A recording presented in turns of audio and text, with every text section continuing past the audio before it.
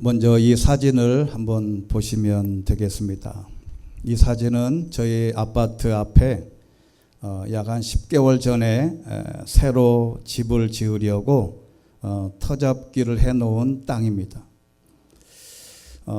요즘에 이제 빌라를 짓기 위해서 이렇게 땅을 골라놨는데 이런 잡초가 무성하게 자랐습니다.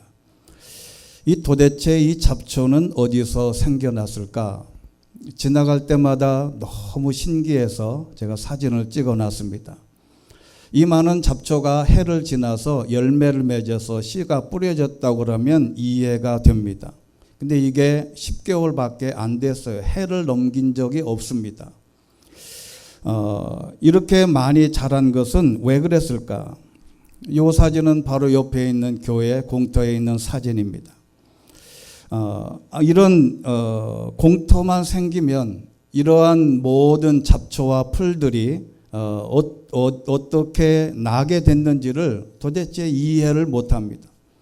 식물학자가 아니면 도대체 이것을 어디 가서 물어볼 수도 없고, 아마도 씨가 날라왔든지 제 짧은 소견으로는 이미 저 땅 안에, 흙 안에 모든 씨앗이 있다가 또는 햇볕이 또는 물이 이렇게 들어가니까 이런 모든 싹이 이렇게 무성하게 나는 것 같습니다. 도대체 아무리 생각을 해도 누가 와서 뿌린 것도 아니고 누가 와서 가꾸는 것도 아닌데 이렇게 많은 것을 잡초가 나는 것은 아마도 사람의 마음에도 바로 이런 죄악의 싹이 존재한다는 것을 우리가 생각하게 됩니다. 여러분, 우리의 사람의 마음속에는 멀쩡하고 겉으로는 좋은 옷을 입고 다니고 멀쩡하고 또 고등교육을 받았는데도 불구하고 사람의 마음에는 이런 잡초가 언제든지 자랄 수 있는 환경이 되어 있습니다. 이것을 성경에서는 뭐라 그러냐면 마가복음 7장 21절에 있는 말씀을 우리 같이 한번 읽어보겠습니다. 시작. 사람 속에서 곧 사람의 마음에서 나오는 것은 악한 생각, 음란, 도둑질, 살인, 간음, 탐욕, 악의, 거짓말, 방탕, 질투, 비방, 교만, 어리석음이다. 이것은 예수님이 하신 말씀이에요.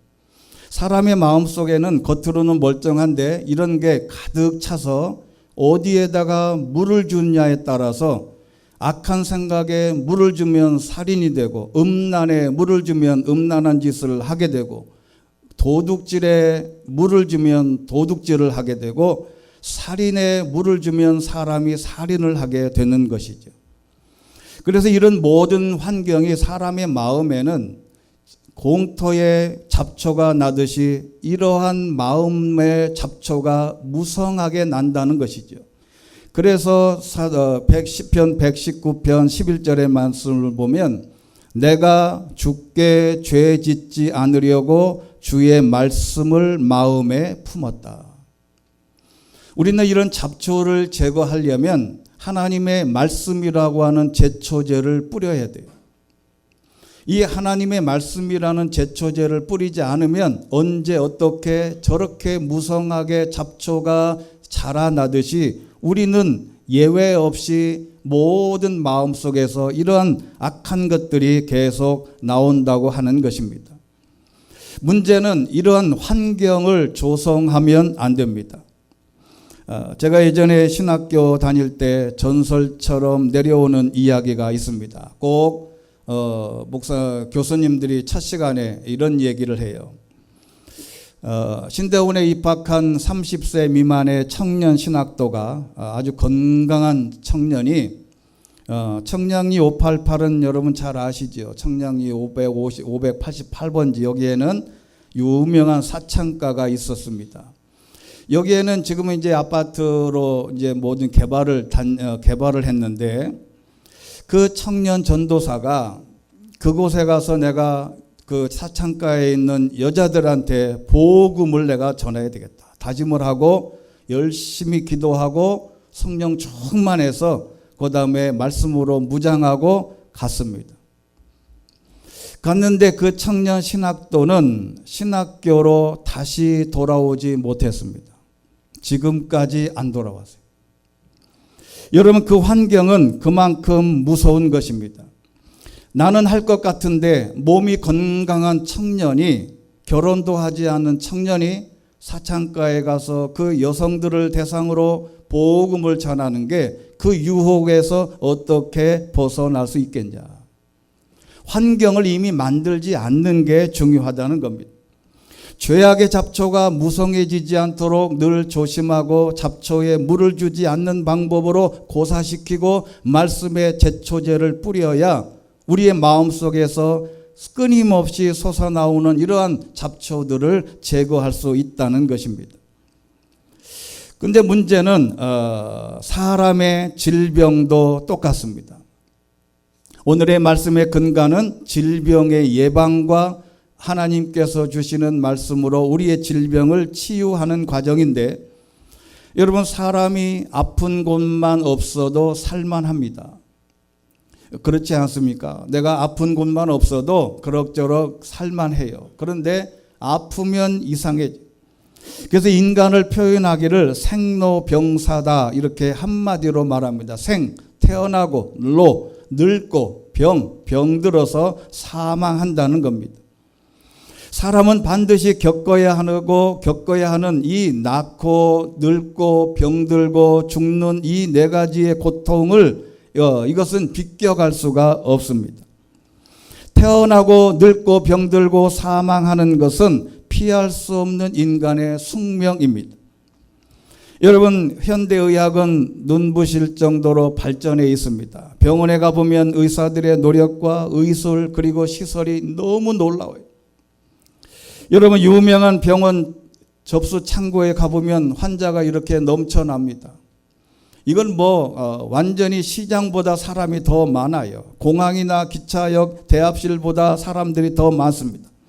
진료 과목별로 대기하고 있는 환자들이 가득합니다. 가보면 사람들이 온통 병자들만 있는 것 같아요. 왜 이렇게 우리 인간은 질병과의 끊임없는 전쟁을 치루어야 하는 것인가?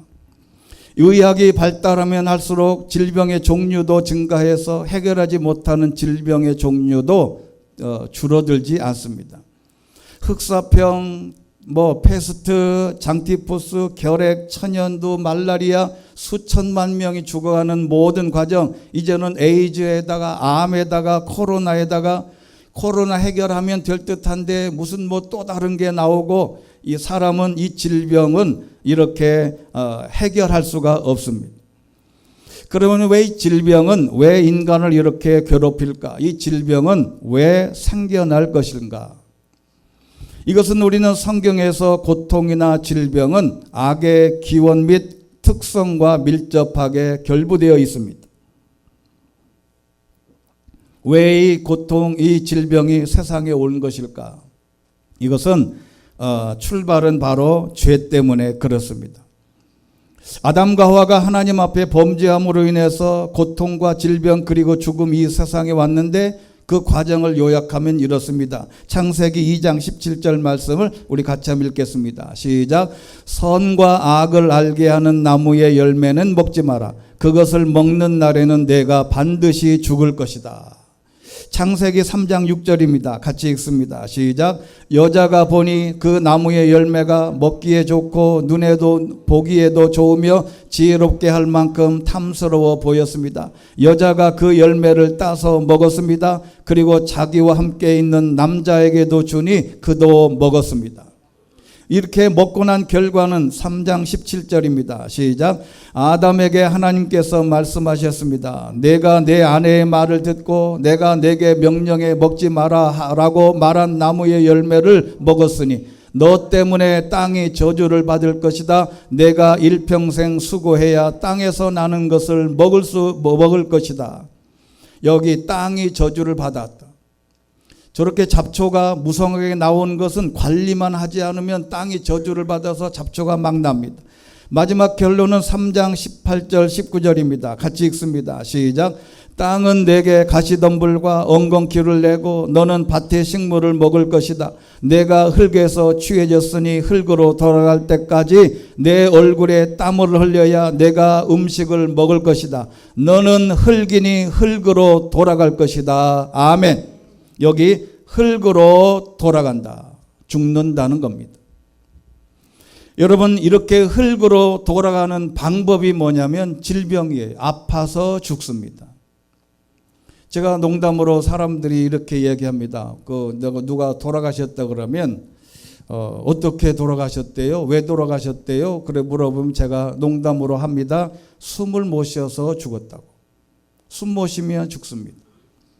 그런데 숨 못 쉬게 되는 게 흙으로 돌아가는 전 단계는 인류 역사에 누구든지 질병을 통해서 갑니다. 인류를 이 질병과의 전쟁이 시작된 것인데 오늘에 있는 말씀의 내용을 보면 여호와 라파라고 하셨어요. 여러분, 그 앞에 있는 여호와 라파라고 있는 옆에 히브리어가 이게 여호와라고 하는 야훼라고 하는 히브리어고 그 옆에 오른쪽에 라파라고 하는 게 고치다라는 뜻인데 이 라파의 의미는 꿰매어서 고치다 또는 치료하다 또는 온전하게 하다, 건강하게 만들다 라고 하는 뜻이에요. 하나님은 이 모든 과정을 이렇게 원상을 복귀하는 것인데 그 현장이 오늘에 있는 본문 출애굽기 15장입니다. 여러분 25절에 있는 말씀 보면 이 본문 우리가 잘 알아요. 가서 물을 마셔봤더니 물이 너무 써서 못 마셨어요. 하나님이 나뭇가지를 하나 지명해 줬는데 그것을 던지니까 물이 달아서 벌컥벌컥 잘 마셨어요. 그리고 나서 하는 말, 그 다음이 중요합니다. 이게 왜 이런 말씀을 하셨을까? 여호와께서 이스라엘을 위한 법도와 율례를 만들고 그들을 시험하신 장소가 이곳 마라였다. 문제는 뭐냐면 하나님의 말씀이 아니고는 우리가 먹는 물이나 모든 음식이나 모든 것이 쓸 수가 있다는 거예요. 그러니 하나님이 그 쓴 물 그리고 먹거리에 대한 문제를 법도와 율례를 만들어서 이스라엘 백성들에게 건강을 담보하는 것입니다. 그 이유가 뭐냐면 여러분 26절에 있습니다. 우리가 하나님께서 이제 말씀드릴 거지만 우리가 치료받고 건강해질 수 있는 요건이 뭐냐면 26절에 있습니다. 첫 번째는 너희가 너희 하나님 여호와의 음성을 잘 듣고, 두 번째 나 여호와 보기에 좋은 일을 하며 너희가 계명에 기울이고 그 모든 규례를 지키면 라고 단서를 달았어요. 자, 그러면 오늘 성경이 말하는 치료에는 두 가지가 있습니다. 아주 중요한 겁니다. 성경이 말하는 치료 첫 번째는 병이 나기 전에 자기를 잘 관리해서 질병에 걸리지 않는 겁니다. 여러분, 이게 우리는 보통 질병이라고 하면 사후 약방문처럼 내가 질병에 걸렸을 때만 생각하는데 그러지 않아요. 질병이 걸리기 전 나를 잘 관리해서 질병에 걸리지 않는 것입니다. 그것이 26절에 이렇게 네 가지로 아까 말씀드렸어요. 너희가 너희 하나님 여호와의 음성을 잘 듣고, 두 번째는 여호와 보기에 옳은 일을 하고 계명에 귀를 기울이고 규례를 지키면, 먹지 말라고 하는 거 먹지 말고. 여러분, 코로나가 왜 생긴 건 아시지요? 박쥐 때문에 그래요. 박쥐를 먹다가 그런 거예요. 여러분, 먹지 말라고 하는 것은 성경에서 박쥐도 가까이 하지도 먹지도 말라 그랬어요. 이걸 먹으면 안 돼요. 근데 이런 규례를 지키면 사람이 건강할 때 이 모든 건강이 질병이 오지 않게 되는 게 더 중요하다. 이것도 치료의 말씀을 말하는 것인데, 치료의 질병이 오기 전, 건강이 망가지기 전에 스스로 알아서 잘 관리해야 한다는 말이에요. 이것도 치료 방법 여호와 라파에 해당되는 겁니다. 제가 청주 상당교회 부목사로 있을 때 그 장로님 기상대의 이제 대장 장로님이신데 그 장로님 부인이 성함이 최화자입니다. 그분 이름은 기억하기가 좋아요. 우리나라 놀 때 지화자 좋구나 할 때 그 지화자예요. 근데 이분이 너무 활달해. 아주 뭐 남자답고요. 자녀 아들 딸 하나는 서울대 하나는 연세대 들어가고 아주 유복한 가정인데 이분이 당뇨에 걸렸어요. 그러니까 이제 그분이 가정에 가서 식사 이제 옛날에는 지금은 이제 신방하면 다 식당에 가서 밥을 사 먹잖아요. 근데 그때만 해도 이상하게 밖에 가서 사 먹으면 그게 실례인 것 생각하는 그런 계절. 그래서 그 집에서 이제 장로님 가정에서 식사를 쭉 하는데 그 권사님이 커다란 이런 그릇에다가 잡채를 막 섞어. 거기 돼지고기도 있고 하여간 당면도 있고 잔뜩 넣어가지고 뭐 간장도 딱 부더니 막 부어. 그러더니 이게 맛이 있나 안 되나 누구한테 먹어보라는 게 아니고 자기가 막 집어먹는 거야. 막. 제가 그랬어요. 권사님 당뇨라면서요. 그렇게 잡채를 막 드시면 돼요? 그랬더니 이분이 이렇게 얘기하는 거예요. 내가 열심히 기도하면 하나님이 건강은 지켜줄 거야. 천만의 말씀. 제가 서울로 이문동교회로 온 다음에 6개월 후에 이분이 돌아가셨어요. 관리를 못했어요. 내가 잘못 관리해놓고 내가 관리를 잘 못해놓고 하나님 탓하면 안 된다는 거죠. 그러니까 하나님이 규례와 율례를 지켜서 그것을 지킴으로 인해서 질병을 예방하는 것이 여호와 라파의 은혜 중에 하나입니다. 여러분 이것을 꼭 기억을 해서 내 건강은 내가 열심히 챙겨서 운동도 하고 먹거리 조절해서 내 질병을 걸리지 않도록 유지하는 게 중요합니다. 그리고 두 번째는 이제 이미 걸린 질병을 하나님의 능력으로 고칠 수 있다는 말씀입니다. 이게 여호와 라파예요. 예수님의 사역 중 많은 부분이 병자들을 고치는 데 사용하셨어요. 예수님이 특별한 사역이 뭐 전도도 하고 말씀도 하고 가르치기도 했지만 중요한 사역 중에 하나가 병자를 고치는 것이었어요. 그런데 이 치유라고 하는 것이 뭔가 여러 사람들이 학자들이 뭐 자기 나름대로 정리를 해놨어요. 엘륜이라고 하는 사람은 치유라고 하는 것은 육체적인 동시에 영적이다. 우리가 보통 우리 영이 맑으면 우리의 육체도 맑아요.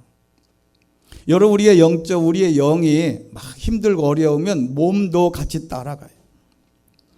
그리고 버나드 마틴이라고 하는 사람은 이런 말도 했답니다. 영원한 삶으로 이어지는 인격의 완전한 성숙을 처해하는 육체적, 정신적, 영적인 속박으로부터 자유케 되는 것. 어떤 부분으로 나를 속박하고. 버스커크라고 하는 사람은 하나님의 능력을 통해 우리 안에 내재해 있는 자연적인 치유 능력을 저해하는 모든 장애물을 제거하는 것이다. 이게 질병 이전에 자연적인 치유 능력을 저해하는 내 안의 모든 요소들을 잘 장애물을 제어하는 것이다. 이렇게 말한 적이 있습니다. 그러면 존 윈버와 케빈 스프링거라고 하는 많은 학자들이나 치유에 관련된 사람들이 정리해 놓은 것을 오늘 치유라는 걸 과연 뭘까? 첫 번째는 영의 치유는 죄로 인해 병든 영혼을 치유하는 것을 말합니다. 가장 먼저 우리의 치유의 대상은 몸이 아니에요. 우리의 치유의 대상은 몸이 아니란 말이죠. 우리가 보통 사람의 몸은 저 사람 지금 얼굴색이 노래. 근데 영혼의 영적인 건강도 보면 노란 사람이 있어요. 근데 그걸 말을 못하지요. 얼굴이 노란 거는 노랗네요 라고 말해서 건강을 챙겨주는 듯 하지만 영적으로 이미 노란 사람이 있다니까요. 영적으로 신앙이 노래. 그런데 말을 못해. 왜냐하면 그분이 신앙생활을 오래 하면 할수록 그 사람한테 그 말을 못해요. 하면 내가 신앙이 없다는 말 상처받을까 봐 얘기를 못해. 여러분, 그게 굉장히 중요한 겁니다. 당신 영적으로 말을 못한다니까요. 그런데 사람마다 먼저 치유의 대상은 내 영혼에 치유돼야 된다는 겁니다. 이 치유하는 과정은 병이 영이 병들지 않으려면 제단을 쌓고 하나님께 예배하는 일을 소홀히 하면 안 됩니다. 어떤 환경에서도 제단 쌓는 일에 열심을 내면 영의 질병을 치유할 수 있어요.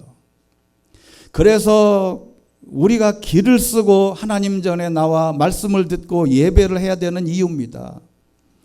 여러분, 주일 예배 한번 빠지면 15일입니다. 여러분, 15일 동안 아무것도 안 드시고 살다고 생각해 보면 이게 영도 똑같아요. 여러분, 그래서 어떤 환경에서라도 제단 쌓는 일에 열심을 내면 영의 질병을 치유할 수 있는데, 그게 어디에 있냐면 에스겔서 47장 1절에 있습니다. 여러분, 이 본문이 우리 신앙인들에게 굉장히 중요한 본문이에요. 에스겔서 47장 1절, 47장은 성전에서 흘러나오는 강이라고 성경에 제목이 붙여져 있어요. 어떤 내용이냐면 에스겔이 환상을 보는데 성전 문턱 아래로 물이 쭉 나와서 동문으로 나와서 물이 쭉 흘러내리는 거예요. 그래서 2절에 있는 말씀을 보면 어떤 사람이 나를 데리고 북문 쪽 방향으로 나와서 바깥쪽으로 나를 인도해 갔는데 물이 오른쪽에서 쭉 흘러나왔어요. 그때 3절에 있는 말씀입니다. 그때 그 사람이 줄자를 가지고 동쪽으로 가면서 그가 1000규빗을 재고 나를 물속으로 데려갔는데 물이 발목까지 찼더라. 여기 1000규빗은 1규빗은 45cm입니다. 1규빗은 저를 보시면 손가락 여기 팔꿈치서부터 손끝까지의 거리가 이게 1규빗이에요. 이게 보통 성인 45cm입니다. 이거를 곱하면 약 한 450m예요. 450m를 데리고 들어가서 봤더니 발목에까지 물이 찬 거예요. 성전에서 나오는 물은 말씀의 물, 생명수 되시는 하나님의 말씀의 능력을 말하는 거예요. 성전으로부터 흘러나오는 물을 가서 버리고 갔더니 1450m를 갔더니 발목에 찼어요. 그가 4절에 있는 말씀 보니까 다시 1000규빗을 가서 쟀더니 그 다음에 무릎까지 왔어요. 다시 1000규빗을 쟀더니 허리까지 찬 거예요. 그 다음에 5절에 있는 말씀 보면 1000규빗을 다시 쟀더니 이제는 강물이 돼서 내가 건널 수 없게 돼서 물이 차올라서 헤엄치기에 충분한 물이 됐다. 하나님의 말씀의 능력입니다. 영적인 건강이, 은혜의 강물이, 예배의 풍성함이 어떤 사람은 발목 신앙 정도밖에 안 돼요. 수치가 다 드러나요.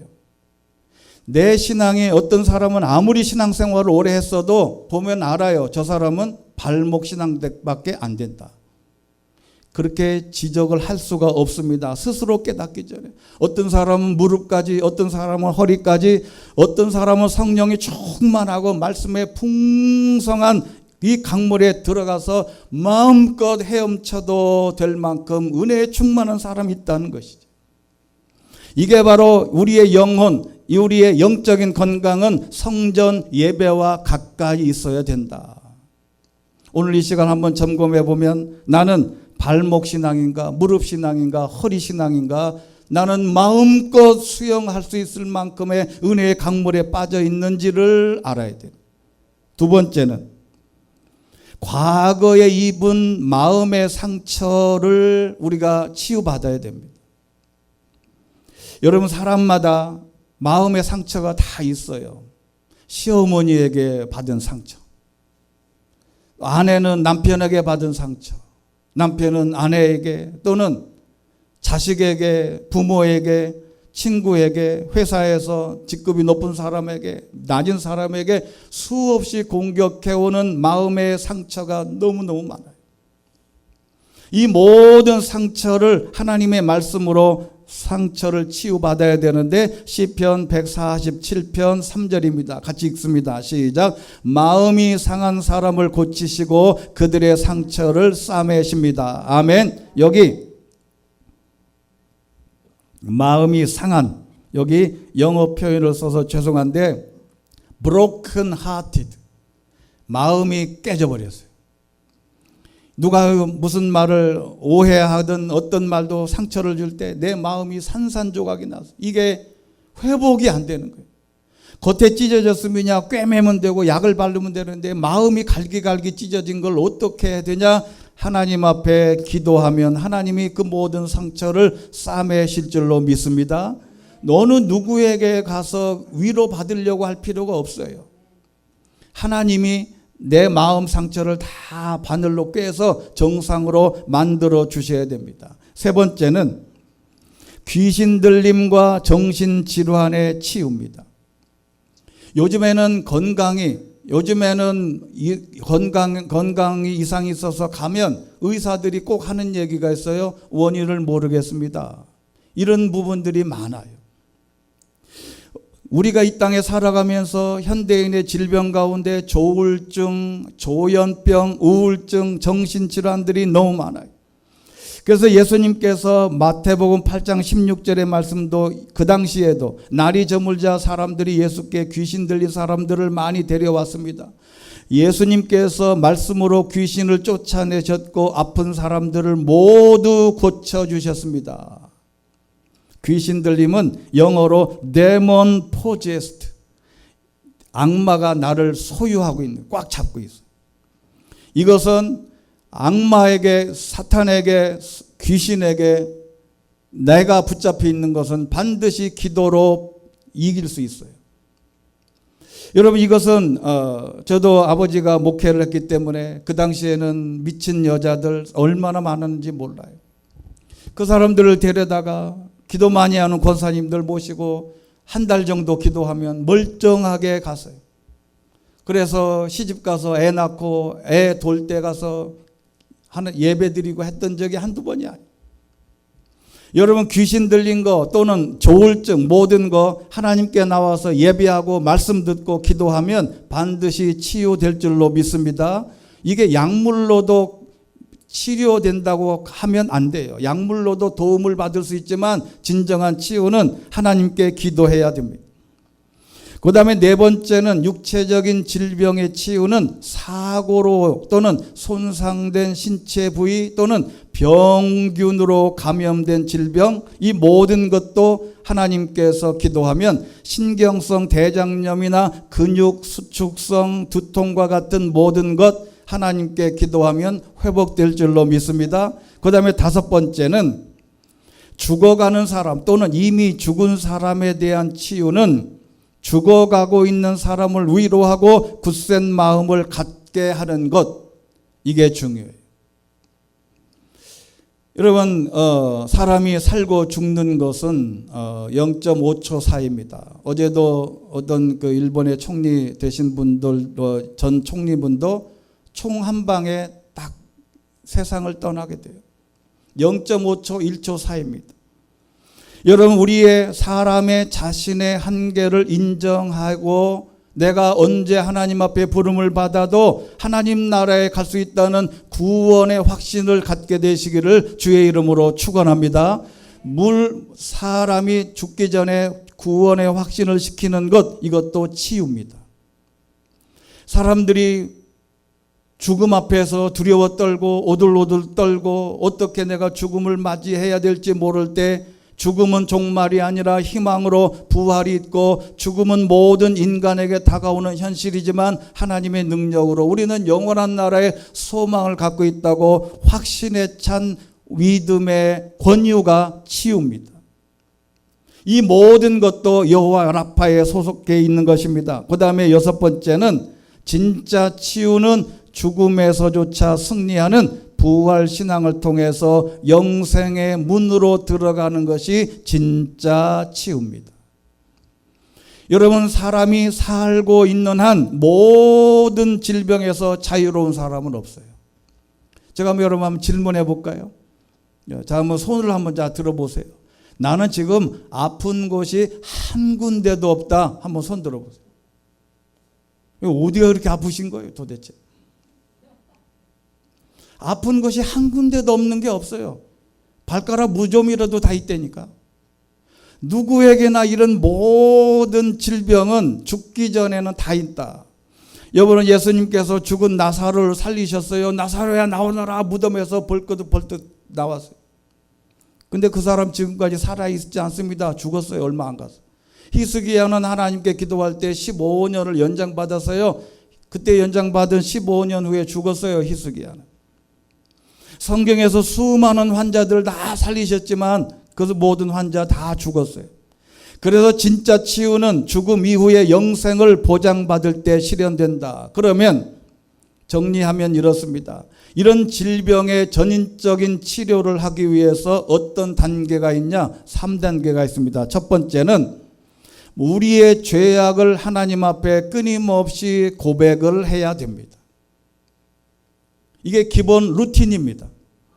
마태복음 9장 2절 말씀 한번 보겠습니다. 같이 읽겠습니다. 시작. 사람들이 중풍 환자 한 사람을 자리에 눕힌 채 예수께 데려왔습니다. 예수께서는 그들의 믿음을 보시고 중풍 환자에게 말씀하셨습니다. 얘야 안심하거야 하여라. 내 죄가 용서받았다. 할렐루야.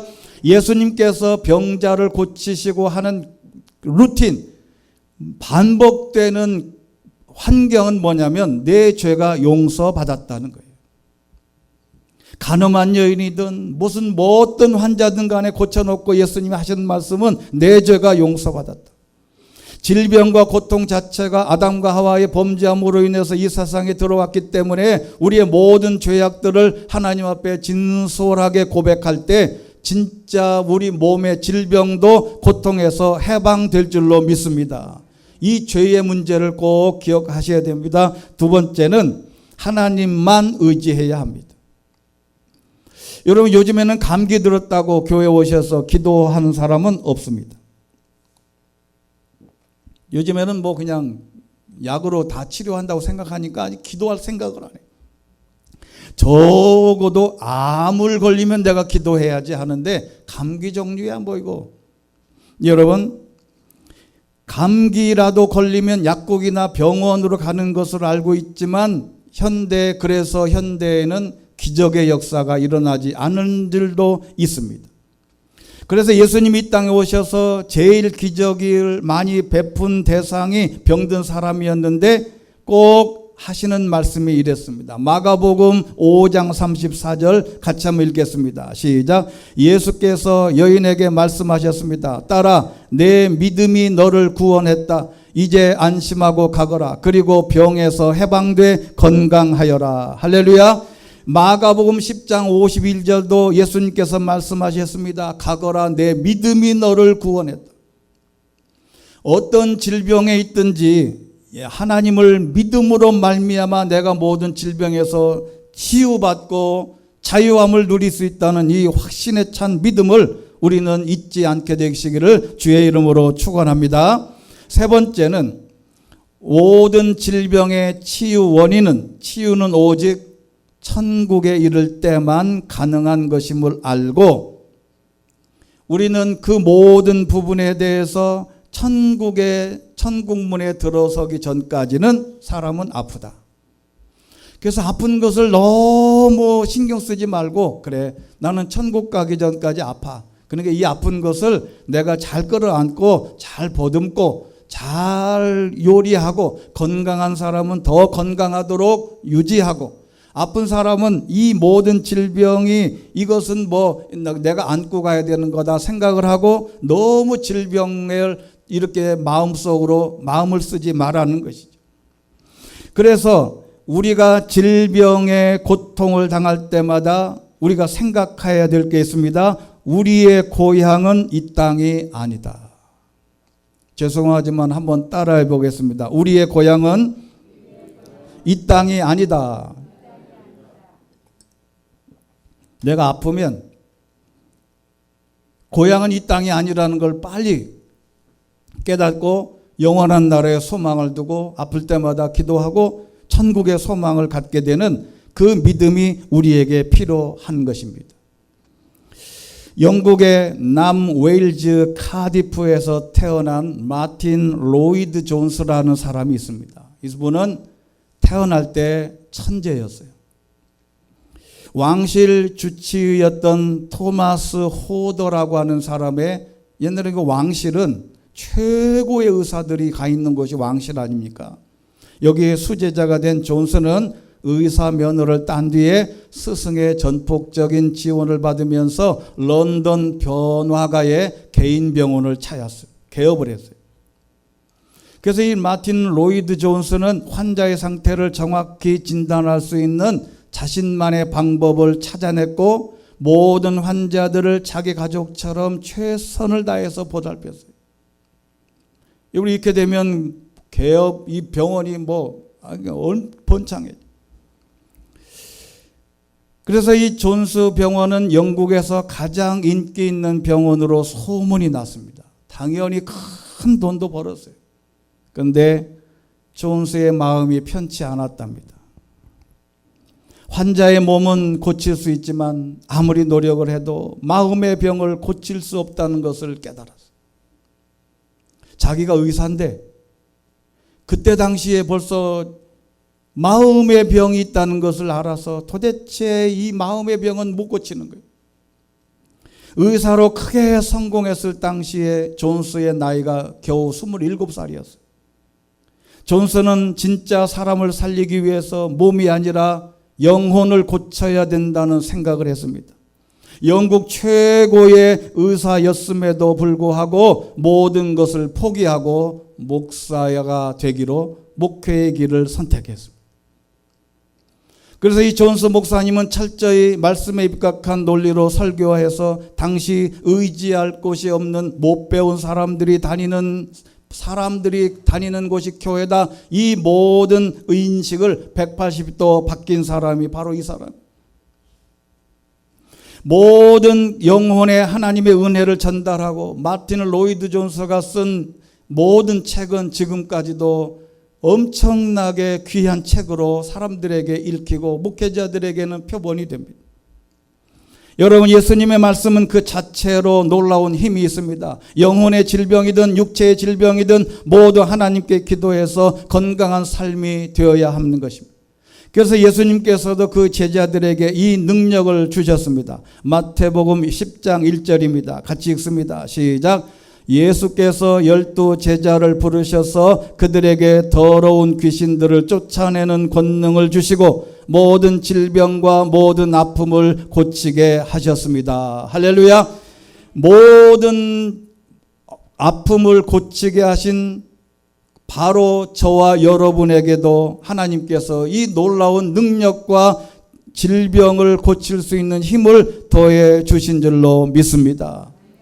여러분, 이것을 스스로도 깨닫고 하나님이 나에게 주신 능력을 가지고 하나님께 기도하고 하나님께 매달리고 하나님께 모든 과정을 통해서 내 모든 질병을 가져가게 해달라고 기도하는 사람에게는 하나님이 고침을 받게 되는 여호와 라파의 놀라운 축복이 있게 되는 줄로 믿습니다.